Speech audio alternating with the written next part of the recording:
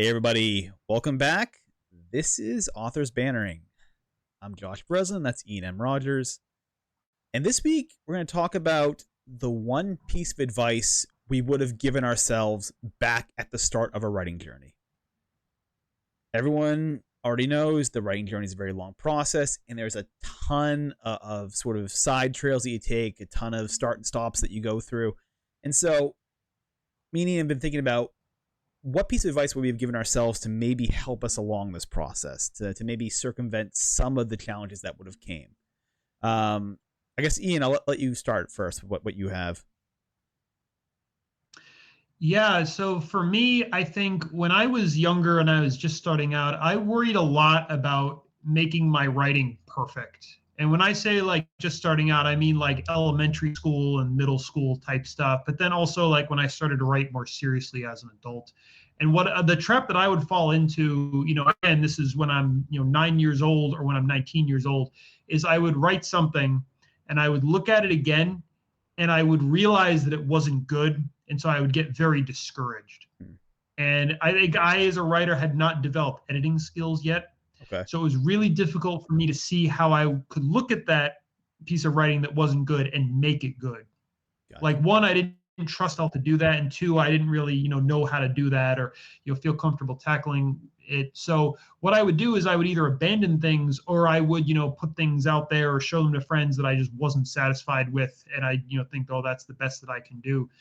And this made me avoid writing for a long time. And, were I able to, speak to, 19-year-old Ian or 9-year-old Ian, I would say, work on your revision. It's, acknowledge that this first draft is not perfect and, learn to fiddle with it, play with it, cross it out. It's like rewrite portions of it and try to make it better. Because I think learning how to do that from an early age would have increased both my writing skill, but mostly my writing confidence. Okay. And it would have made me write more instead of avoiding writing like I really, really did for many years. Gotcha.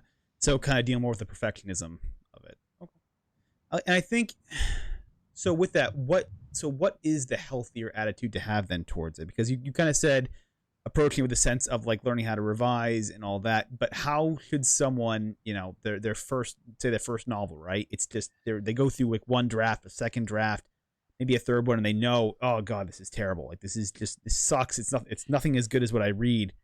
How should they approach that? Like should they keep going with it? Should they move on to the next project? No, this is really good. And I guess just to clarify, one piece of writing advice that really, really got me is from Anna Monk's Guide to Writing Bird by Bird from the 90s. She calls it the shitty rough draft method, or the shitty first draft method. And she actually says like shitty in the book. It's like kind of awesome. And this is like a legit like essay that like gets taught in like writing classes.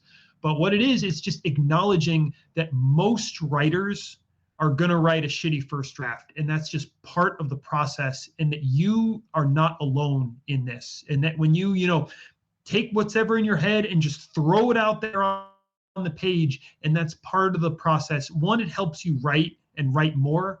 But then two, it acknowledges in your mind, like, okay, what I just wrote, it's not perfect. It has to be cleaned up. That's part of the process, but it really is a shitty first draft. And I wish somebody had given me that essay when I was in like middle school or something. One, because it would have been funny to have an essay with shitty in the title when I was in middle school. But right. Then two, so that I could have thought more about this and acknowledged that writing is a process of getting your thoughts from your brain to the computer page.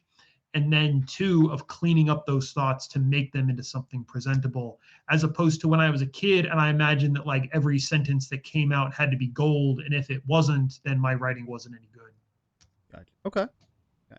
And yeah, the advice I would give myself, and it kind of is the same in the sense that it's the same sort of idea of sort of having a sense of like kind of growth with how you approach this process. But for me, I would tell myself, be patient. It's going to, like, whatever you define success as, it's going to take way longer than what you think. And that's one thing that I went in this process not knowing. I really did think that, within 10 years, I'd have, something published. To me, like, a decade is a very long time. So I figured that like, I could get something done within a decade. I could at least have something published, right? And I'm coming up on, it'll be it'll be probably be a decade basically this coming spring where I kind of set off on this journey of, trying to become a published writer. And for me, it's like now I'm just starting to get the benefits of it. Like now I am like maybe past year or two, I'm really starting to see like some real excellent writing here. So it took, 8-9 years basically of doing it to really start seeing any kind of real strong writing that's really, really good. As opposed to, what I thought when I was like by year 5, I should be at even money. By year 5, I should be like, closing in on, I'll probably get some rejections still, but at least I'll have probably at least a coin toss of a chance. It's like now I'm at year 10 and it feels like now I have a coin toss of a chance with my projects, it's so much more time. Things are going to take much, much longer. And if I knew that going into it, I think a lot of stress would have been taken off of me. And I think for a lot of writers too, they go in and I think they're a bit naive about the process and how long it's going to take. And even if you plan to self-publish, even if you just want to self-publish, right? Where, year 1, you could put out, that book, you could write a book in a year and get it out there. Recognizing that your work will not be as strong as you'd like it to be, and perhaps not be even satisfied with your work until maybe the end of a decade. It's weird to say it. I mean, I'm putting Crease out in 2 months, but that was me going in at like year 4 and 5 and getting it done by like year 6, 7, and then still having to do revisions even past couple years. So yeah, it takes a lot longer than what you think. It's really interesting to hear you like break down the numbers like that, because I feel like for my own, writing path, I don't just think about that because I think I've been trying to do it for such a long time. But then if I were to say like, wait a minute, like I've been thinking about this since I was 22 years old, and that's a very long time. And the other interesting thing about that story is that you picked out 5 years, as a younger writer, and it's the idea like, okay, where does that 5 years come from? Like, did somebody tell it to you? Did you just assume, like, you figure it was a round number, or, where does that 5 years come from? And it's the idea that, okay, we kind of pluck these numbers out of thin air sometimes. And when we do that, that can maybe cause us to completely unknowingly set unrealistic expectations when we don't really know how long it's going to take. Absolutely. Yeah. And that number purely was kind of just plucked out in the sense of, like, I figured like the 10,000 hour rule. I figured I was going to get at least 1,000 hours of writing in every year, which it's not like, looking at it now, I'm like, that's kind of ridiculous. Like to think I was getting 3 hours a day of writing in. Like way back then, I was like, but more so, like it was just everything I was reading at the time. Like I was like, okay, most, if you get published before 35, that's pretty young. And I figured, okay, 30. So yeah, I wouldn't quite be 35 yet at the end of 10 years, but I'd be close to that. So I must have something good by then. And you always believe you're the exception, right? We always go into these situations believing that we're the exception to the rule rather than the rule, right? The average can take their decades to get where they want to be. We're more clever, right? Us, the individual, we're more clever. We're smarter than them. We know more than them, and it's just one of those things where it's, as time goes on, you realize it's not the case, that you are perhaps closer to what the standard is, and it's nothing against your writing, nothing against your hard work or your effort.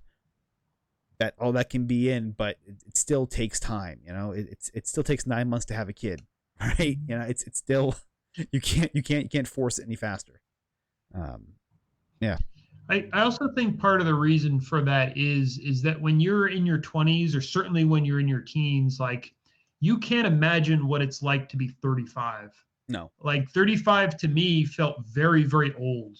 Like I thought like 35 was like, when I was younger, it's like, okay, like when I'm 35, I will be at this weird stage of maturity where I'm, like my parents or whatever. And, lo and behold, that I don't feel that old. I'm 38, and it doesn't feel, old to me in many, many ways. And, but you don't know that when you're young, because you can't imagine what it's going to be like in 20 years. So I think that might cause us to maybe place more stress on our 20s than maybe we try to force too much on our 20s, or like hold the standards too high for being in our 20s, when in a lot of ways we really do have more time than that. Yeah, exactly. And so that's probably what I would have told myself, is just to be patient. And so I again, I think both of our ideas fall into the same kind of thing of like, take your time. I was thinking that too. I want to hear your interpretation of this, actually. Yeah, exactly. It's the same thing, right? With you telling people, hey, listen, don't strive for perfection, right? You'll get better with time, right? It's the same thing. Like patience. My thing about patience, it's gonna take longer. Same that you're saying. What we're talking about, basically, really, is that it's going to take a while for your skill to get to a point where someone will pay you for your book, right? That's what we're talking about here. Whether it's with your writing skill, and focusing from that standpoint, or whether it's the timeline standpoint, like what I had, it's a similar idea, a similar concept of just being patient and needing to recognize that it's a very, very long process, even if you don't think that it's going to be. I don't think anyone. If I told somebody, hey, I'm gonna achieve a goal within 10 years, I don't think most people would laugh at me and say that's unrealistic, right? I don't think so. If I told a layperson, hey, I'm gonna get a book published in 10 years, right? A layperson would say, yeah, you probably could do it. Most types of goals that most people try to do, I think you can do most goals in 10 years. Exactly. 10 years is a long time for most things, but for learning to become a writer from scratch, it is not. Exactly. That's exactly perfect. You said it better than honestly, better than I could. Yes, exactly. It's weird to say. This might be good. Oh, I was going to say this might be a good place to end, but I'm thinking of an old joke. Stop me if you've heard this, but or for the listeners, of course. But so a doctor and a surgeon and a writer are golfing together.